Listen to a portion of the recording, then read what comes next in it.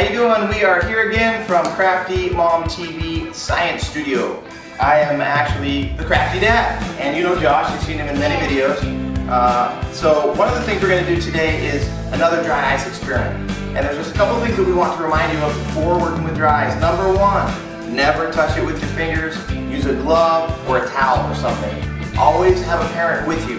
Never do this on your own, right Josh? Yeah. Yes, right, never, okay? And thirdly, you never want to put a dry ice piece with water in a concealed or totally closed off container. It always has to breathe, and we'll show you how to do that. So we're going to do today what's called Boo Bubbles. Now this again comes from Steve Spangler's website, very cool science website. You can check that out. But first of all, we have filled this water, and it's basically just one of these water jugs that we use for water in our house, and we filled it with warm water. Cold water works, warm water is even better. So we've got that filled up, and I am going to very carefully, with my glove, put the dry ice in. And we have a little spillage, it's no big deal. As long as you don't touch it, Josh. Do not touch. Okay, and what begins to happen, Josh? What do you see in there? A lot of, looks really like foggy in there. Looks foggy in there. Now what about the top? Check that out, huh? Whoa! Okay, we are making like a train. Yeah, cool. So you can blow around. We got some fun with it. It's a great Halloween activity. You can even do it at Christmas time, wherever. Go ahead and get the dry ice at your local store, grocery store.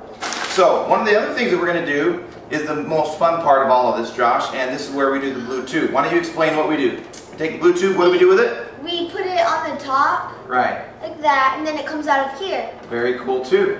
And so I think that this is how they use things on stage when they're getting a lot of smoke or mist in a scary movie. Now, let's make some bubbles with this thing. We have a little soapy water solution. What we've done is basically taken just your common everyday dish soap, added a little bit of water, and why don't we take this off first so that we don't have any of that in there.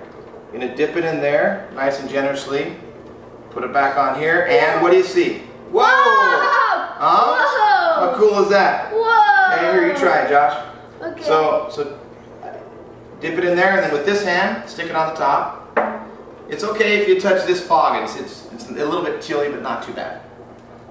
Whoa. And that is how you make Whoa. bubbles. Okay, let's try and do them without popping. Whoa. Okay, let's try a plain counter. Oh, there you go. All right, very cool. They look like big ostrich eggs. They're huge. So that is a lot of fun. If you want, you can put some food coloring here also, and it is a lot of fun. And that is how you make bubbles, ostrich eggs, whatever you want to call it. Great fun experiment to do anytime, and especially at Halloween.